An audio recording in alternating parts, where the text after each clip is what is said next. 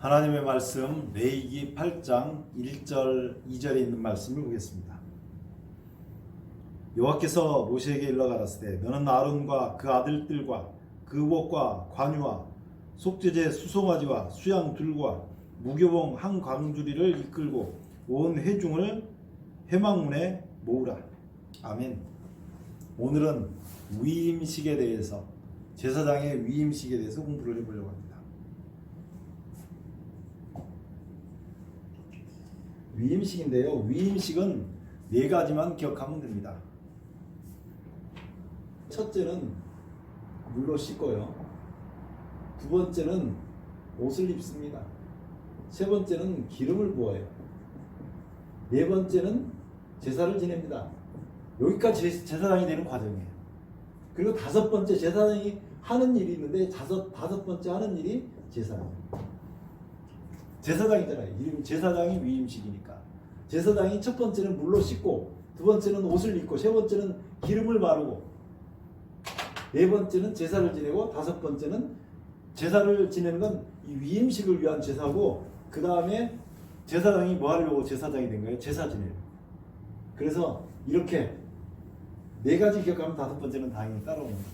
네 가지만 기억하면 됩니다. 자, 제사장이라고 하는 거는 구약 시대에 특별한 사람들만 제사장이 됐어요.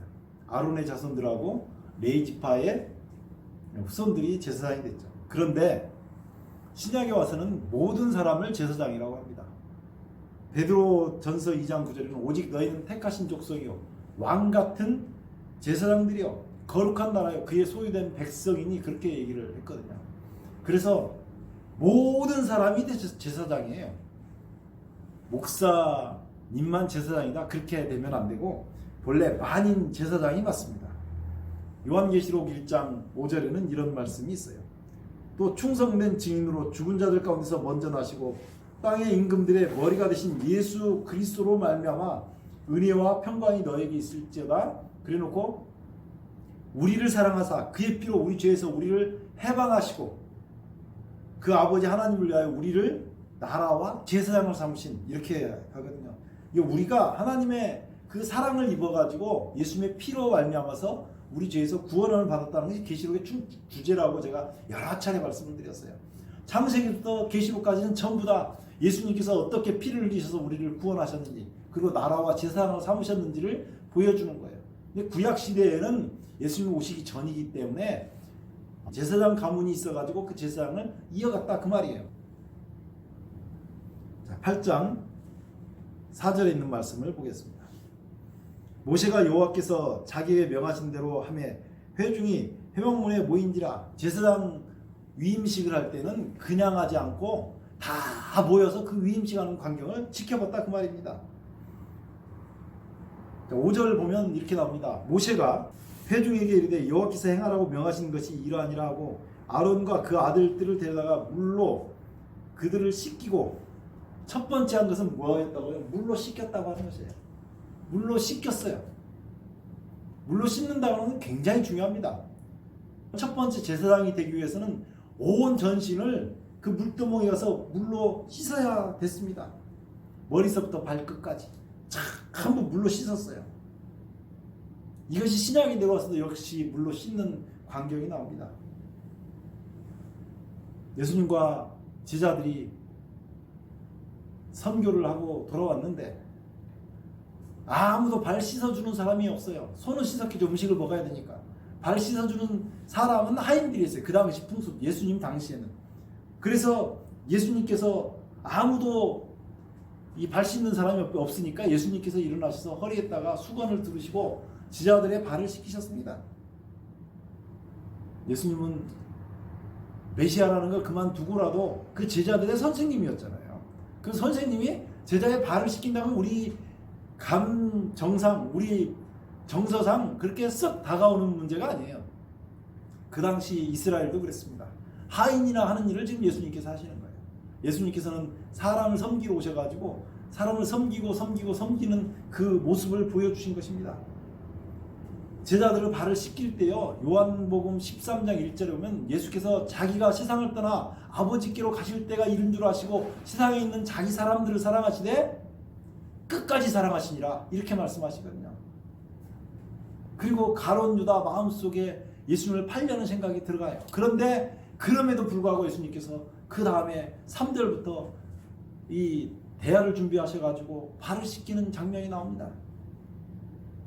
그때 순서대로 착 지나가는데 베드로 차례가 왔어요. 베드로가 주여 무슨 말씀입니까? 저는 안 됩니다. 제 발은 씻길 수 없습니다. 그랬더니 내가 너를 발을 안 씻기면 네가 나와 아무런 상관이 없다 라고 말씀하셔요. 그래서 베드로가 여기서 뭘 깨닫습니다. 뭘 깨달아요? 이 발 씻겨주는 것은 주님하고 나하고 특별한 관계가 있는 거구나. 말씀 그대로 지금 생각해 보시라고요. 주님과 특별한 관계가 있는 거구나. 그러면 자기가 늘 앞장서 예수님 옆에 따라다니던 베드로잖아요. 그러니까 자기는 발만 씻기면 안 되고 옛날에 제사장이 했던 대로 머리부터 발끝까지 다 씻겨달라고 예수님한테 한 거예요. 온 몸을 씻겨달라고 한 거예요. 그랬더니 예수님께서 온 몸을 이미 목욕한 자는 언제 목욕했어요? 이 베드로가 예수님의 제자들이 침례를 받았거든요. 물속에 들어가는 세례라고 그러는데 침례가 맞아요. 물속에 쏙 들어갔다 나오는. 요즘은 세례라고 얘기하면서도 물속에 완전히 들어갔다 나오는 그 예식을 하는 분들이 많은데 제 스승님들은 다 그런 분들이셨어요. 장로교에 속하지만 다 물속에 들어가는 침례 예식을 했던 그런 것이고 물 뿌리는 약식 세례라고 해서 그걸 선호하지 않았던 분들이 저를 가르치셨거든요. 근데 물속에 들어갔다 나오는 침례식을 이미 끝냈단 말이에요. 그래서 이미 목욕한 자는 발밖에 씻을 필요가 없다라고 얘기합니다. 왜냐하면 이미 손은 음식을 먹으려고 씻었기 때문에 이제 발만 씻으면 되는데 예수님께서 그래서 이미 목욕한 자는 발밖에 씻을 필요가 없다라고 요한복음 13장 10절에 얘기합니다. 이 제사장들이 그랬어요. 첫 번째는 머리부터 발끝까지 다 씻어야 했지만 그 다음부터는 손하고 발만 씻고 성소 안에 들어가면 됐어요. 아론과 그 아들들을 데려다가 물로 그들을 씻겼습니다. 두 번째는 옷을 입어야 했습니다. 옷을 입는데 8장 7절 레위기 8장 7절 보면요. 아론에게 속옷을 입히며 띠를 띠고 겉옷을 입히며 에봇을 더하고 에봇을 기묘하게 짠 띠를 띄워서 에봇을 몸에 메고 흉패를 붙이고 흉패에 우림과 둠밈을 넣고 그 머리에 관을 씌우고 그 관 위 전면에 금패를 붙이니 곧 거룩한 관이라 여호와께서 모세에게 명하신 것 같았더라. 속옷도 입고요. 겉에 겉옷을 입고 이 속옷을 입고 띠를 입고 겉옷을 입고 거기에다가 에봇을 더해서 입고요. 그다음에 이제 흉패를 붙이는데 이게 우림과 둠밈인데 이 우림과 둠밈은 판결 흉패라고 합니다. 그리고 이제 머리에는 이 관을 쓰고 금패를 붙였다고 하죠. 옷을 이렇게 입은 것입니다. 옷은 뭘 나타냅니까? 그 사람이 무엇을 하는 사람인지를 나타내요. 제사장은 제사장 복장이 있어요. 왕은 왕의 복장이 있고 선지자는 선지자의 복장이 있는 것입니다. 왕이 제사장의 복장을 입으면 안 돼요. 왜냐하면 제사장의 복장은 그 제사장이 거룩하지 못한 제사장이 거룩하게 하는 성질이 있었어요. 출애굽기 28장을 한번 보시기 바랍니다. 출애굽기 28장 2절에 보면 이렇게 나와 있습니다. 내 형 아론을 위하여 거룩한 옷을 지어. 옷이 거룩해요? 아론이 거룩합니까? 내 형 아론을 위하여 거룩한 옷을 지어. 그래서 옷이 거룩한 것입니다. 28장 3절에 보면 또 이렇게 나옵니다. 너는 무릇 마음에 지혜 있는 자고 내가 지혜로운 영으로 채운 자들에게 말하여 아론의 옷을 지어 그를 거룩하게 하여. 그러니까 아론을 거룩하게 한 것은 아론을 위해서 지어놓은 옷이 거룩하다 이 말이에요. 이런 말씀은 성경에 계속돼서 나옵니다. 우리는 때때로 목사님이 거룩하다고 생각할 수 있는데 그게 아니에요. 목사의 직분을 입혀주신 그 하나님께서 입혀주신 그것이 거룩한 것이지 사람이 거룩한 것은 아니에요. 사람은 다 똑같은 죄인입니다. 그 사람을 특별히 죄인인 사람을 하나님께서 옷을 입혀서 직분을 줘서 일하게 하시는 거예요. 그것을 우리가 이렇게 옷을 입힌 것을 신약에 와서는 어떤 의미를 가지고 있는지 한번 보겠습니다. 에베소서 6장 12절에 보면 이렇게 나와 있습니다. 에베소 6장 12절에요.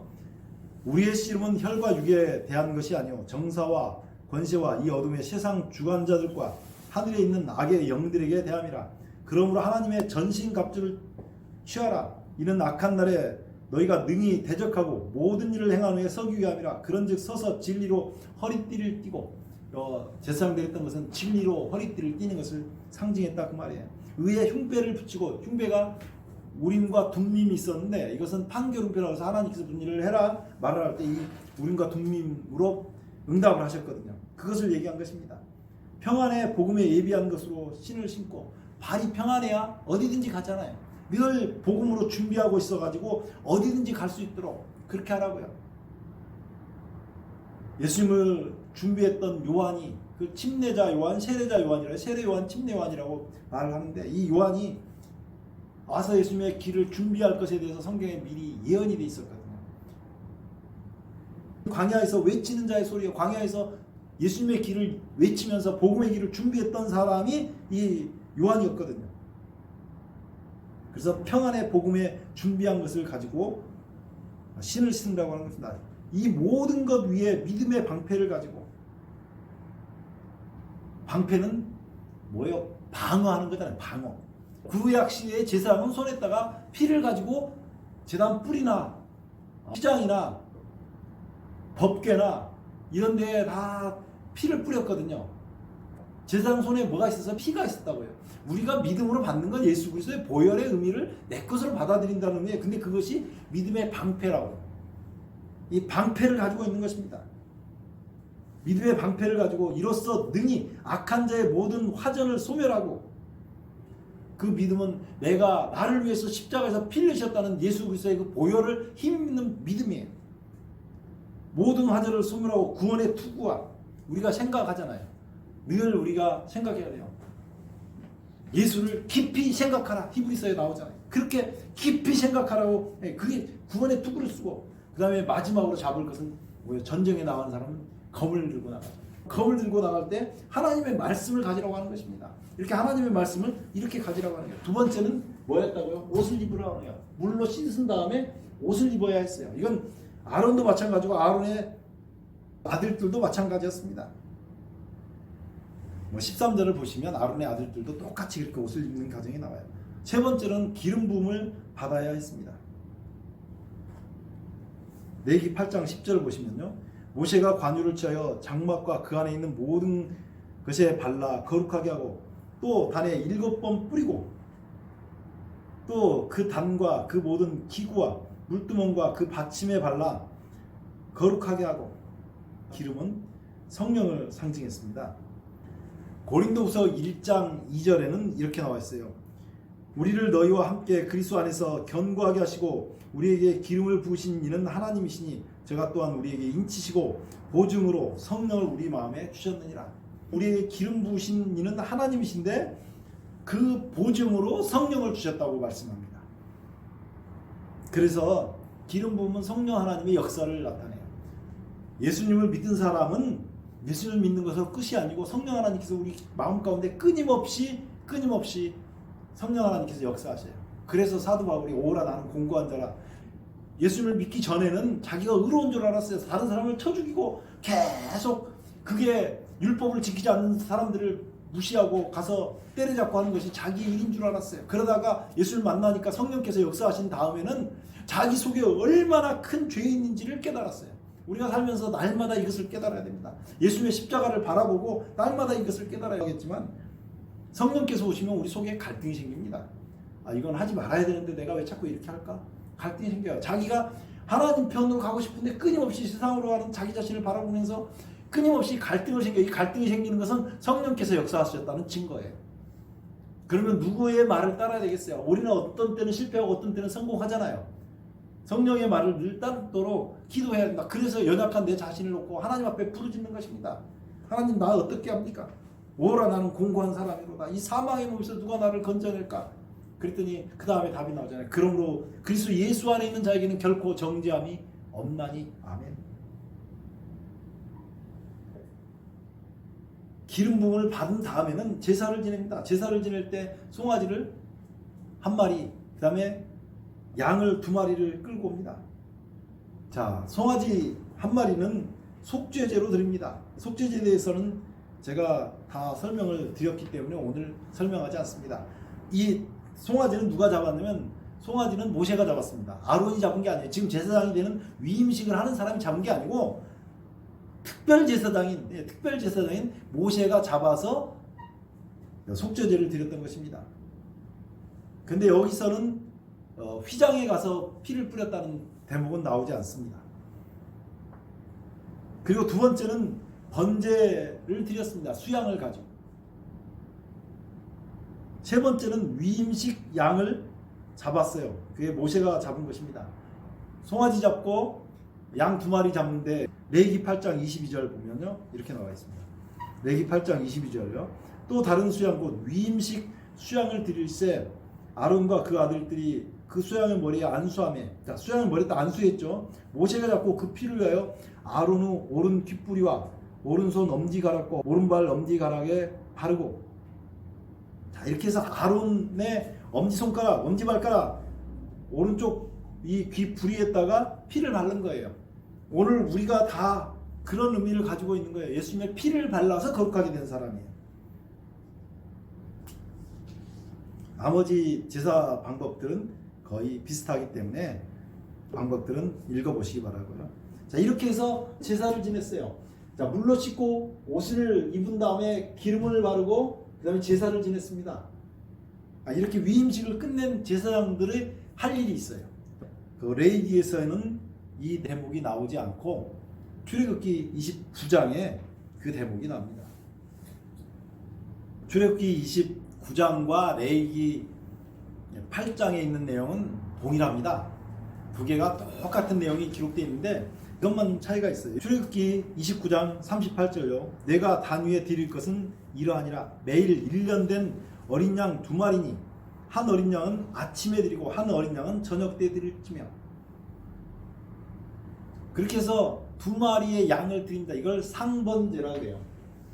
여기 지금 5번째 그 제사장이, 여기까지는 제사장이 되는 과정이었고, 이 제사장이 된 다음에는 상번제를 드리는데, 상번제예요. 상번제인데, 이 상번제는 아침에 1마리, 그 다음에 해질 때 1마리, 이렇게 2마리를 드립니다. 아침에 1마리, 해질 때인데 여기 아침 9시고요. 지금 현재 우리 시각으로 여기는 오후 3시예요. 제가 이거 출애굽기 강의할 때 자세히 했어요. 오후 3시 해질 때 아르바임이라고 해가지고 벤 에레브인데 두 저녁 사이라 그러는데, 이렇게 원이 있으면 이게 밤 12시, 여긴 낮 12시, 여기 아침 6시, 저녁 6시 그러면 벤 하르바임이라는 것은 여기에 지금 12시에서 해가 딱 넘어갈 때 첫 저녁이라고 해요. 이스라엘 백성들은. 그 다음에 6시 해가 딱 넘어가면 둘째 저녁이라고 해요. 이 벤 하르바임, 벤 에레브라고 하는 것은 여기 중간에 두 저녁 사이, 요 12시에서 6시 사이를 평균적으로 오후 3시, 이 시간을 가리키는 겁니다. 이 오후 3시를 가리키는데, 상번제 해질 때는 오후 3시를 가리키고, 이 상번제는 예수 그리스도의 십자가를 의미하기 때문에 예수님께서 오전 9시에 십자가에 달리시고 오후 3시에 운명하실 것을 그대로 이때부터 이건 매일 했던 것입니다. 우리가 매일 삶에서 예수 그리스도의 십자가를 바라봐야 되는 거예요. 오늘 또 우리가 예수님의 십자가 없이는 못 사는 거예요. 그래서 우리에게 그리스도 예수 안에 있는 자에게는 결코 정죄함이 없다고 하는 말입니다. 이게 그냥 나오는 말이 아니에요. 사도 바울이 얼마나 자기가 고심했겠어요. 자기는 옳은 일을 한 줄 알고 의로운 사도 바울이 스데반도 잡고 얼마나 많은 사람들을 죽이고 살인자가 돼가지고 그렇게 살았는데, 예수님을 다메섹 도상에서 만난 다음에 자기가 얼마나 큰 죄인이라는 걸 깨달았어요. 그런데 자기 속에서는 끊임없이 남을 정죄하고 비판하는 정신이 나오는 것입니다. 이 두 가지가 상충되니까 나는 하나님 뜻대로 살고 싶은데, 그래서 고민하고 방황하는 중에 깨달은 게 이것입니다. 아침에 9시에 예수님이 십자가에 달리시고 오후에 3시에 해질 때 달리셨던, 운명하셨던 그 예수님의 십자가의 보혈이 자기의 것이 되면 그리스도 예수 안에 있는 자에게는 결코 정죄함이 없다고 선언하면서 그가 마음의 평안을 얻은 것입니다. 제사장이 하는 일이 뭐라고요? 제사장 위임식을 왜 했어요? 제사 지내려고. 그러면 예수님도 누군가 십자가에 달리게 할 준비를 해야 되잖아요. 예수님께서 이 땅에 오셨을 때 예수님의 길을 준비한 사람이 있습니다. 그게 바로 침례자 요한, 세례자 요한이었어요. 이 요한은 그 아버지가 사가랴였죠. 사가랴는 제사장이었습니다. 그렇기 때문에 세례 요한, 침례 요한은 거기 성경에는 단 한 구절도 제사장이라 나오지 않지만 제사장이었어요. 그런데 다른 사람들은 다 지상에 있던 성소에 의해서 제사장이라면 세례 요한, 침례 요한은 예수님을 십자가에 죽도록 해야 되는 제사장이었어요. 그렇기 때문에 성소에 속한 사람이 아닙니다. 모세가 특별한 제사장이었던 것처럼 침례 요한, 세례 요한은 특별한 제사장이었던 거예요. 마태복음 3장 13절에는 이렇게 나옵니다. 이때 예수께서 갈릴리로서 요단강으로 요한에게 침례를 받으라 하신대, 세례를 받으려 하신대. 마가복음, 누가복음 다 그렇게 나옵니다. 그 장면을 요한복음 1장 29절에 요한이 이렇게 기록했습니다. 이튿날 요한이 예수께서 자기에게 나오심을 보고 가로되 보라 세상 죄를 지고 가는 하나님의 어린 양이로다. 수없이 많은 사람들이 요단강에 와서 침례를 받았습니다. 요한이 계속 침례를 주는, 사람들이 침례를 줄 때요, 죄 씻음을 받는 거잖아요. 우리가 침례 받을 때 죄 씻음을 받는 의미로 하는 거예요. 요단강이가 죄가 가득히 차도록 사람들이 와서 계속 침례를 받는 것입니다. 예수님이 언제 죄를 짊어지셨는가? 침례 요한이 이때 본 것입니다. 예수님이 물속에 내려와가지고 이제 허락하라, 우리가 이렇게 하여 의를 이루는 것이 옳다라고 말씀하셨을 때 어쩔 수 없이 예수님에게 침례를 주는데, 그때 이 모든 사람의 죄를 짊어지시는 예수님을 본 거예요. 그래서 이렇게 외친 것입니다. 보라 세상 죄를 지고 가는 하나님의 어린 양이로다. 여러분의 죄짐을 짊어지시고 3년 반을 예수님께서 공생애를 사시는 내내 죄를 짊어지고 계시다가 그 죄를 마침내 십자가에서 죽으시면서, 이렇게 못 박혀서 죽으시면서 모든 죄를 해결해 놓으신 것입니다. 그것이 지금 제사장 위임식에서 제사장을 위임해서 이 상번제 드리라고 한 것이 십자가에 예수님을 달려 죽이라고 하는 얘기죠. 이렇게 표현하면 또 누가 이상하다고 그럴지 모르지만 그거예요. 오늘날 우리에게 제사장 직무를 준 것은 예수님께서 십자가에 달리셨으니 그 예수님 믿으라고 사람들에게 끊임없이 소개하라고 우리를 제사장 직분 삼으신 것입니다. 오늘 말씀을 마치면서 우리를 위해서 이렇게요, 번제, 소제, 화목제, 속제제, 속건제, 그리고 그 모든 것을 또 나타내는 상번제, 그렇게 우리를 위해서 십자가에 달리신 그 예수님의 그 능력을 받아서 성령 충만한 삶을 살면서 예수의 증인이 되시기를 주의 이름으로 축원합니다. 기도하겠습니다. 아버지, 우리 하나님 은혜를 감사합니다. 오늘 우리가 제사장의 위임식을 통해서 주님의 그 놀라운 사랑을 보았습니다. 제사장이 물로 씻고 옷을 입으며 기름을 바르고 제사를 지내서 위임식을 마치고, 그리고 일평생 상번제를 드리는 일을 했다고 한 것처럼 우리가 날마다 주의 죽으심을 주님이 오시는 날까지 증거할 수 있도록 은혜를 베풀어 주시옵소서. 십자가의 보혈이 이 땅을 관통하고 흘러서 온 세계에 가득하게 흘러 넘칠 수 있도록 은혜 베풀어 주시옵소서. 우리를 위해서 십자가에 달리신 세상 죄를 주가는 어린 양 되신 예수 그리스도의 이름으로 간절히 기도드리옵나이다. 아멘.